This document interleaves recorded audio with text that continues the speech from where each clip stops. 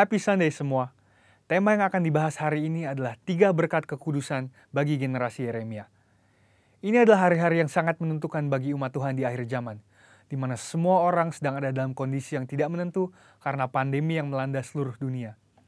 Dengan adanya situasi seperti ini, kita sebagai umat Tuhan dihadapi dengan 2 pilihan. Kita bisa menyerah kepada keadaan di sekeliling kita, atau kita bisa bangkit dan melakukan kehendak Tuhan pada zaman ini. Salah satu kehendak Tuhan pada zaman now adalah Dia akan membangkitkan sebuah generasi yang disebut sebagai generasi Yeremia.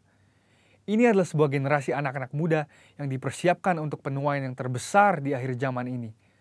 Ciri-ciri generasi Yeremia seperti yang disampaikan oleh gembala sidang kita adalah anak-anak muda yang dipenuhi dengan Roh Kudus, cinta mati-matian kepada Tuhan Yesus, tidak kompromi terhadap dosa, dan akan bergerak untuk memenangkan jiwa. Tuhan mempunyai rencana yang hebat untuk generasi ini.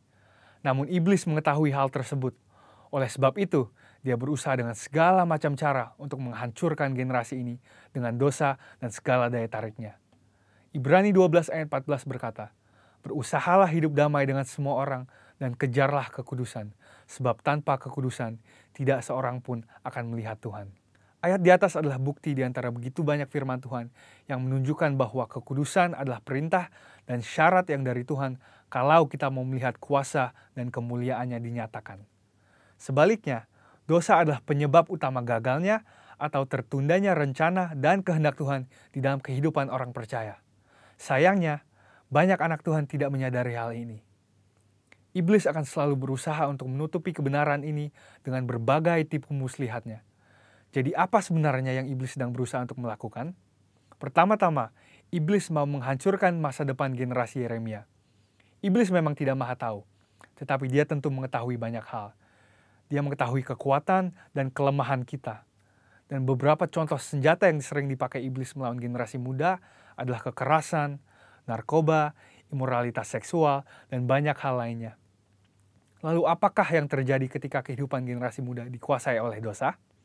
Yang pertama adalah hatinya menjadi keras. Hal pertama yang direbut iblis ketika seseorang hidup dalam dosa adalah hatinya.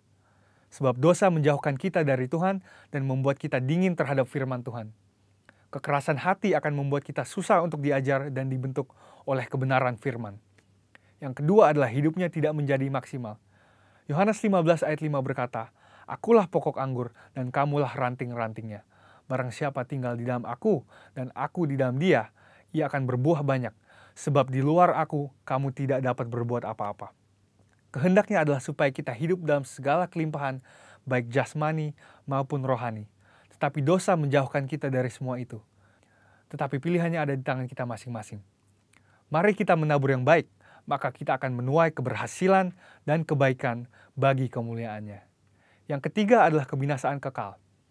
Dosa pada akhirnya akan membawa kita kepada kematian, yaitu hukuman yang kekal di neraka. Banyak orang sekarang bersembunyi di balik pengajaran yang berkata, sekali selamat tetap selamat. Tetapi seperti yang dikatakan oleh firman Tuhan di Filipi 2 ayat 12, kita mempunyai tanggung jawab untuk mengerjakan keselamatan itu. Oleh sebab itu, bangunlah dan hidup dalam kekudusannya.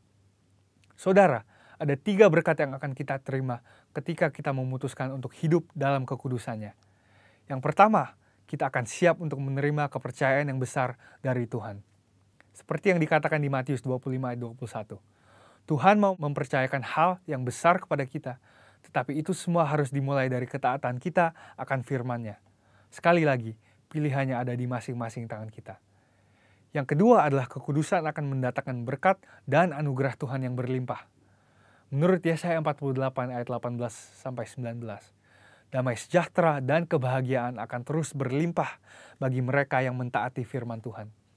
Ketika kita memilih untuk hidup dalam kekudusannya, maka berkat dan penyertaannya senantiasa melimpah dalam hidup kita, bahkan jauh sampai keturunan selanjutnya. Yang ketiga adalah kita akan mengalami kuasa dan kemuliaannya. Tuhan Yesus memanggil kita untuk menjadi saksinya. Dia mau memanifestasikan kuasanya melalui hidup kita. Dan itulah sebabnya dia memanggil dan mengutus satu generasi di akhir zaman, yaitu generasi Yeremia.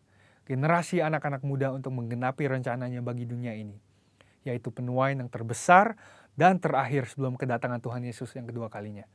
Oleh sebab itu, ambillah keputusan untuk hidup di dalam kekudusan Tuhan, supaya rencananya yang indah digenapi di kehidupan kita semua. Selamat hari Minggu, dan Tuhan Yesus memberkati.